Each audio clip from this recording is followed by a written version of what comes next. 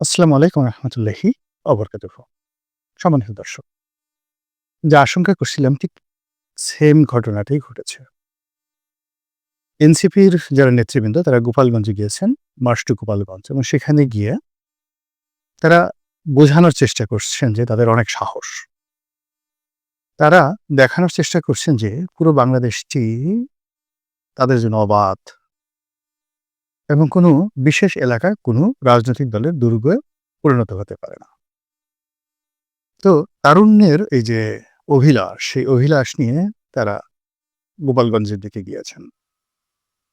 সঙ্গত কারণেই তাদের এই যাত্রাকে কেন্দ্র করে সেখানকার প্রশাসন, সিভিল অ্যাডমিনিস্ট্রেশন, যাদের ম্যাজিস্ট্রেসি ক্ষমতা রয়েছে, পুলিশ অ্যাডমিনিস্ট্রেশন, তারা ওই শহরের যারা শান্তিপ্রিয় মানুষ এবং সর্বোপরি ওখানে দায়িত্বরত যারা সেনা কর্মকর্তা রয়েছেন, তারা গত রাতে ঘুমাতে পারেননি। এখন বোঝার চেষ্টা করুন যে মানুষগুলো গত রাতে ঘুমাতে পারেননি। সেটা সাধারণ মানুষ বলেন, সরকারি কর্মকর্তা বলেন, শহরের যারা দোকানপাট করেন তারা বলেন, সব মিলিয়ে তারা কাদের প্রতি বিরক্ত হয়েছে। ক্রোধ কাদের উপর ছিল? সাংগত কারণে যাদের কারণে তাদের কষ্ট হয়েছে তাদের উপর ছিল। এই ১। ২ নম্বর হলো যে এই অনুষ্ঠানে তারা যখন গেছে, যাওয়ার পথেই তারা বাধার সম্মুখীন হয়েছে। কোনোমতে প্রোটোকল নিয়ে তারা সেখানে গেছে। উপস্থিতি একেবারে ছিল না এবং একটা সময় আওয়ামী লীগের লোকজন, ছাত্রলীগের লোকজন এসে সেই সভাস্থল ভেঙে চুরমার করে দিয়েছে। প্রত্যেকটা টেলিভিশন থেকে শুরু করে পত্রিকাগুলোর যে অনলাইন মানে যাকে বলে মাল্টিমিডিয়া সেকশন রয়েছে, তারা এই ঘটনার লাইভ দেখাচ্ছিল। এবং সেখানে আমি দেখলাম যে একজন এনসিপির লোক সভাস্থলে নেই। যার মতো করে পালাচ্ছে। এর মধ্যে স্পষ্টতই দাড়িওয়ালার লোকজন আছে, টুপিওয়ালা লোকজন আছে, পাঞ্জাবি পাজামা পরা লোক আছে। এখন তারা কি জামাতের না চরমোনাইয়ের এটা বোঝা যাচ্ছে না। এবং তারা ভীত সন্ত্রস্ত হয়ে তাদের হাতে লাঠি, কিন্তু লাঠি নিয়েই তারা দৌড়াচ্ছে, পালাচ্ছে। কাউকে ধাওয়া করছে না, পালাচ্ছে। যে যার মতো বিভিন্ন অলিতে গলিতে এবং পুলিশের আশ্রয় নিচ্ছে। পুলিশ তাদেরকে কোনো রক্ষা করতে পারছে না এবং একেকটা জায়গাতে ভিডিও ফুটেজে দেখলাম যে বেশ কয়েকটি হিউ অ্যান্ড ক্রাই, সেখানে সেনাবাহিনীর পা ধরে ক্ষমা চাওয়া হচ্ছে, আশ্রয় চাওয়া হচ্ছে। মানে অবস্থা, এবং এটার হেডলাইনে যে সমস্ত কথাবার্তা বলা হচ্ছে, এগুলো আমি আসলে এখানে বলতে চাচ্ছিলাম। আমি আজকে মানে যখন এই ভিডিওটি করছি ১৬ তারিখে। এই ১৬ তারিখটি জুলাই মাসের ১৬ তারিখ গত বছর বাংলাদেশের জন্য একটা বিরাট টার্নিং পয়েন্ট ছিল। তো সেই টার্নিং পয়েন্টের দিনটি দিনটি উদযাপিত হবে অনেক চমৎকারভাবে। কিন্তু আজকে ঢাকার আকাশ মেঘলা, আকাশ কাঁদছে। গোপালগঞ্জের আকাশ কি অবস্থা আমি জানি না। তো সেই অবস্থাতে তারা এই অনুষ্ঠানটি উদযাপন না করে বরং এদিন তারা খোঁচাখুচি করতে গেছে। গোপালগঞ্জে খোঁচাখুচি করতে গেছে এবং তাও মানে যাকে বলা হয় আওয়ামী লীগের ওই জায়গাটাতে। মূলত এটা তাদের দরকার ছিল না। প্রকৃতিতে দুটো জিনিস কখনো সহ্য হয় না। প্রকৃতি সহ্য করে না। ১ নম্বরে যেটা সহ্য করে না সেটা হলো আপনি অপ্রয়োজনীয় কাজ করবেন। unnecessary কতগুলো কাজ করবেন। এটা প্রকৃতি সহ্য করবে না। আপনার টাকা থাকুক, ক্ষমতা থাকুক, যৌবন থাকুক, সৌন্দর্য থাকুক, এটাকে অপ্রয়োজনে আপনি ব্যয় করবেন। এর ফলে কি হবে? যখন আপনার সেটা প্রয়োজন হবে, শক্তি, টাকা, যৌবন, আপনি তখন পাবেন না। আপনার সেটা তখন শেষ হয়ে যাবে। এটা হলো ১ম অপ্রয়োজনীয় জিনিস প্রকৃতি কখনো সহ্য করে না। অনেক রূপবতী নারী, তারা দেখা গেল ১০০ টা প্রেম করেছে। অনেক রূপবান ছেলে ১০০ টা প্রেম করেছে। বিয়ে করার পরে দেখা গেল যে তারা যেভাবে আশা করেছিল তার রিভার্স, অর্থাৎ সুন্দরী পেল, বুড়া, কালা, ঢাউস, আর রূপবান মানে সুন্দর যে ছেলেটি সে পেল একেবারে সেমি বুড়ি একজন মহিলাকে। এখন সেই মহিলার সাথে তাদের যে স্বাভাবিক সম্পর্ক সেটাও হয় না। তাহলে ওই যে যৌবনের যে অবিচারটা, এটা দেখবেন যে ব্যক্তিগত জীবনে এরকম ঘটনা ঘটে। টাকারও কি অবস্থা? টাকার সঞ্চিত আছে, বাবা রেখে গেছেন, দাদা রেখে গেছেন, অথবা আপনি অনেক কষ্ট করে উপার্জন করেছেন। কিন্তু একটা সময় আপনার কাছে মনে হলো টাকা মানে কাগজ। খরচ করা শুরু করলেন। হঠাৎ করে দেখে বাসাবাধ্য রোগ, ছেলে অসুস্থ, প্রয়োজন, টাকা নেই। দরিদ্র হয়ে গেছেন। কত হাজার কোটি টাকার মালিক জাস্ট ২-৩ বছর আগে যাদের ১,০০০ কোটি টাকা ছিল, এখন এরকম অনেক লোক সেলুনে গিয়ে চুল কাটার মতো টাকা নেই। এই ঢাকা শহরে। নিজের চোখে দেখা। এগুলো প্রকৃতি সহ্য করে না। আননেসেসারি যেকোনো কাজ। অপব্যয় বলেন, ব্যয় বলেন, দম্ভ বলেন সবকিছু। তো সেই দিক থেকে গোপালগঞ্জে যাওয়া তাদের প্রয়োজন ছিল না। ১। ২ নম্বর হলো আওয়ামী লীগ তো এখন তাদের শত্রু না। আওয়ামী লীগ মূলত এনসিপির বন্ধু হতে পারত। ইউনূস সাহেবের বন্ধু হতে পারত। এবং এটা এত গোপনে এত সুন্দরভাবে হতে পারত যেটা বলার মতো না। ফলে আওয়ামী লীগকে তার খোঁচানোর দরকার নেই। তার শত্রুতা এখন কার সাথে? বিএনপির সঙ্গে। তো বিএনপির সঙ্গে শত্রুতা সে তো বিএনপির সঙ্গে পারছে না। সে যদি পারুক একটু ফেনীতে গিয়ে এ ধরনের একটু তাফালিং করে আসুক তো দেখি। জামাতের লোকজনদেরকে নিয়ে ফেনীতে একটু তাফালিং করে আসুক বা নোয়াখালীতে গিয়ে একটু তাফালিং করে আসুক। বগুড়াতে গিয়ে একটা মিটিং করে আসুক। দেখি কেমন পারে। চট্টগ্রাম শহরে একটা করুক। দেখবেন যে ঝাপা হয়ে যাবে। তো তাদের মূল প্রতিদ্বন্দ্বী হলো বিএনপি। কিন্তু সেই বিএনপির সঙ্গে তারা না পেরে তারা ওই আছে না যে বউয়ের সঙ্গে না পেরে ঝিয়ের উপর রাগ ঝাড়ে। এখন তারা দুর্বল, মাঠ থেকে নিষিদ্ধ, যাদের কোনো অস্তিত্ব নেই, তাদের সাথে গেছে মাস্তানি করার জন্য। ফলে কি হলো? মানে এইরকম একটা বিশ্রী অবস্থা। বিশ্রী অবস্থা তারা মুখ দেখাবে কি করে? ঢাকা আসবে কি করে? কি কথা বলে? এতে আমি শরমে মরে যাচ্ছি। এটা হলো ২য়। এখন এটাকে কিভাবে তারা সামনে ব্যাক করবে? প্রকৃতির আরেকটা যেটা রয়েছে, প্রকৃতি যেটা সহ্য করে না, সেটা হলো সবচেয়ে বড় জাহেল, সবচেয়ে বড় জালেম। ধরুন ১০০ টা খুন করেছে, আরো মন্দ কাজ করেছে। কিন্তু এই জালেমটা যখন নিজে জুলুমের মধ্যে পড়ে, মজলুম হয়ে পড়ে, মানে তার অপরাধের জন্য সাজা না, তাকে এমনভাবে মজলুম করে ফেলছে, তখন প্রকৃতি এই মজলুমের পক্ষে দাঁড়ায়। অবাক করা ঘটনা।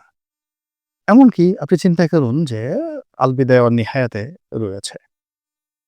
ফেরাউন তো একসময় নিজেকে খোদা দাবি করতেন। তো খোদা দাবি করতেন। তো একবার মিশরের নীল নদের পানি শুকিয়ে গেল। সমস্ত লোকজন এসে বলল, প্রজারা বলল যে, "হে খোদা, আপনি তো আমাদের খোদা, আমরা বিশ্বাস করি। তো আপনি থাকতে তো নীল নদের পানি শুকাতে পারে না, শুকাতে পারে না। তো কাজেই আ পানি এনে দেন।" তো ফেরাউন বলল যে, "তোমরা একটু অপেক্ষা করো, আমি ব্যবস্থা করছি।" সে যে বনের মধ্যে চলে গেল এবং নিজের পা দুখানাকে গাছের সঙ্গে বেঁধে ঝুলে পড়ল। চোখের পানি ফেলে সে আল্লাহর কাছে আত্মসমর্পণ করল। হে আল্লাহ, আমি জানি যে আমি আল্লাহ নই। তুমি জানো যে তোমার এই বান্দা আল্লাহ নয়। আমি সেটা জানি। কিন্তু তুমি আমাকে ক্ষমতার যে শীর্ষ পর্যায়ে বসিয়েছ। এখন আমি বেইজ্জতি হয়ে যাচ্ছি। তুমি আমাকে যত ইচ্ছা তত শাস্তি দিও কিয়ামতের ময়দানে। এখন এই নীল নদে পানি এনে দাও। আল্লাহ তার দোয়া কবুল করলেন। দোয়া কবুল করার পর তিনি এই যাকে বলা হয় ফেরাউন ফিরে আসলেন। আস্তে দেখা গেল নীল নদে পানি হচ্ছে। লোকজন বলল, "আল্লাহ পেয়েছি।" আপনি বুঝেন আল্লাহ যে রহমানুর রহিম, মানে তার ক্রোধের যেমন সীমা নেই, দয়ারও তেমন সীমা নেই। ফলে এই আল্লাহর জমিনে রাতারাতি ঘটনা ঘটে যায়। এই সুনামিতে নদীর সমুদ্র সবকিছু তছনছ হয়ে যায়। আবার পরের দিন কি শান্ত সমুদ্র, দেখলে মানুষের মন ভরে যায়। এই হলো প্রকৃতি। তো সেই দিক থেকে গোপালগঞ্জবাসী নির্যাতিত, ছাত্রলীগ নিষিদ্ধ, তারপরে আওয়ামী লীগ তার কার্যক্রম নিষিদ্ধ, নির্বাচন কমিশনের ওয়েবসাইটে নৌকা নেই। তো এইরকম যে বলতে গেলে কবরে চলে গেছে, তাকে খুঁজে মানে তার কঙ্কাল বের করে সেখানে আপনি যদি তলোয়ার চালান, দেখতে কেমন লাগে বলেন তো? যখন একটা লোক জীবিত ছিল তখন আপনি তার ধারে কাছে যেতে পারতেন না। লোকটা মরে গেছে। এখন আপনি তার কবর থেকে তার পচা দুর্গন্ধময় লাশ বের করে আপনি কুচি করে কাটছেন আর বিরত দেখাচ্ছেন। তখন ওই লাশের পক্ষে প্রকৃতি দাঁড়িয়ে যায়, আল্লাহ দাঁড়িয়ে যায়। এটাই দুনিয়ার নিয়ম। তো সেই দিক থেকে এই যে যখন তারা গোপালগঞ্জে যাচ্ছিল, আজ গোপালগঞ্জে যা ঘটলো, এ পর্যন্ত আমি যা দেখেছি, বিকেল হবে কিনা জানি না। আমি এখন ৩:৩০ ৪টার দিকে আমি ভিডিওটা করছি। এখন পর্যন্ত আমি যা দেখলাম যে খবরাখবর, তাতে মনে হচ্ছে যে এনসিপির যারা নেতৃবৃন্দ, তাদের প্রতি প্রকৃতি বিরূপ হয়ে গেছে।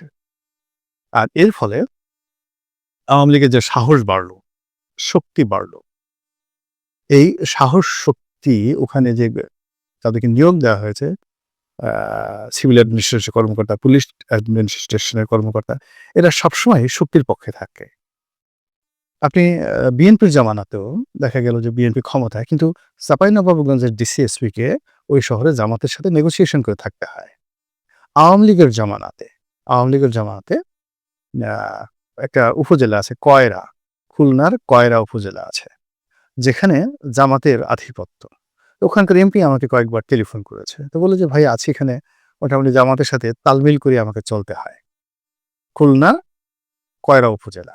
যারা ওখানে আছেন তারা জানেন।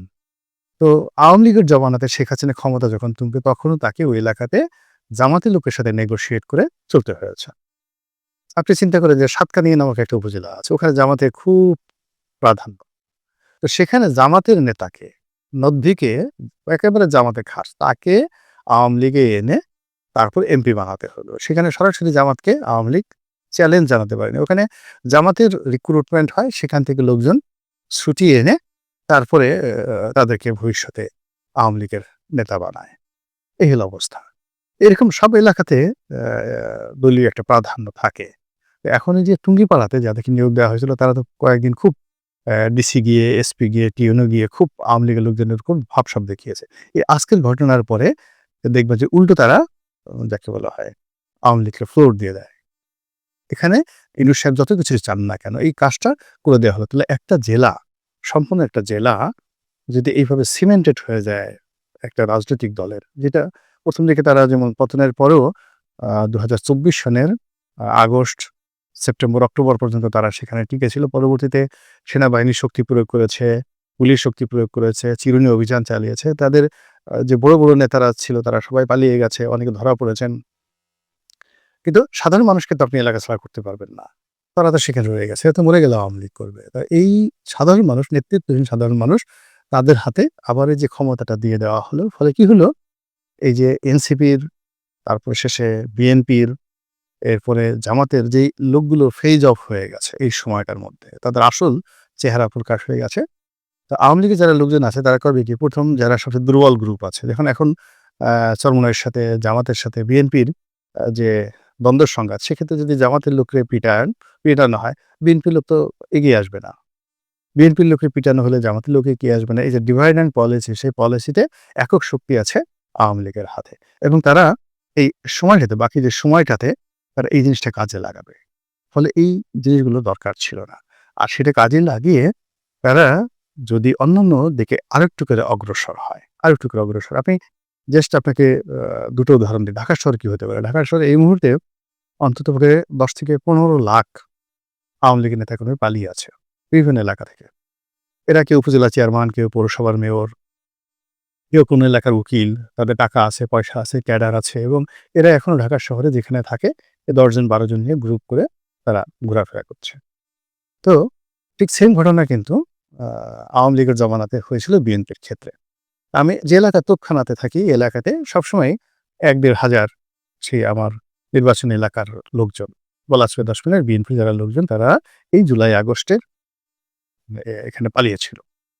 এখন এনসিপির লোক কয়েকজন বা ছাত্র সমন্বয়কের কয়েকজন। জুলাই যেদিন আবু সাইদ মারা গেল বা তার আগে দেখা গেল যে তারা যে সমস্ত কর্মকাণ্ড চালাচ্ছিল, পল্টন মোড়ে তাদের ১০ জন লোকও ছিল না বা আ তাদের ২০ জন লোকও ছিল না মৎস্য ভবনের ওখানে। আমি এই জায়গাগুলো তো প্রতিদিন আমি হাঁটা চলা করছি এবং করি। কিন্তু দূরে দাঁড়িয়ে, দাঁড়িয়ে ঘেরাও করে রাখছে ২০০, ৩০০, ৪০০ এগুলো সব বিএনপির লোকজন ছিল। এবং যখনই কোনো একটা অকারেন্স ঘটছে যেমন বিচারপতিদেরকে যেদিন মারা হলো। তো ঐদিন ওই সব বিএনপির লোক গিয়ে কিন্তু সেখানে এমন ক্রাউড সৃষ্টি করছে যে বিচারপতিরা সেখানে মার খেল। পল্টনে একই অবস্থা। পল্টনে আমি একদিন আসতেছি দেখি ১০-১২ জন যারা ছাত্র সমন্বয় তারা ওখানে কি করছে? রাস্তা ব্লকেড করে রেখেছে পুরানা পল্টন মোড়ে। কিন্তু মানে ৪ টে কোণ অন্ততপক্ষে ৩-৪ হাজার লোক দাঁড়িয়ে আছে। এর মধ্যে আমি আসতেছি, এর মধ্যে যখন আসতেছি ১০০-১৫০ লোক দৌড়িয়ে আসছে আমার দিকে। আমার নির্বাচনী এলাকার, "আরে তোমরা আসছো এখানে কি করতেছ?" আমরা তো ঢাকাতেই আছি গত ১৫ দিন যাবৎ। এই আন্দোলন করতে আসছি। তো এরা বিএনপি কিন্তু বলেনি।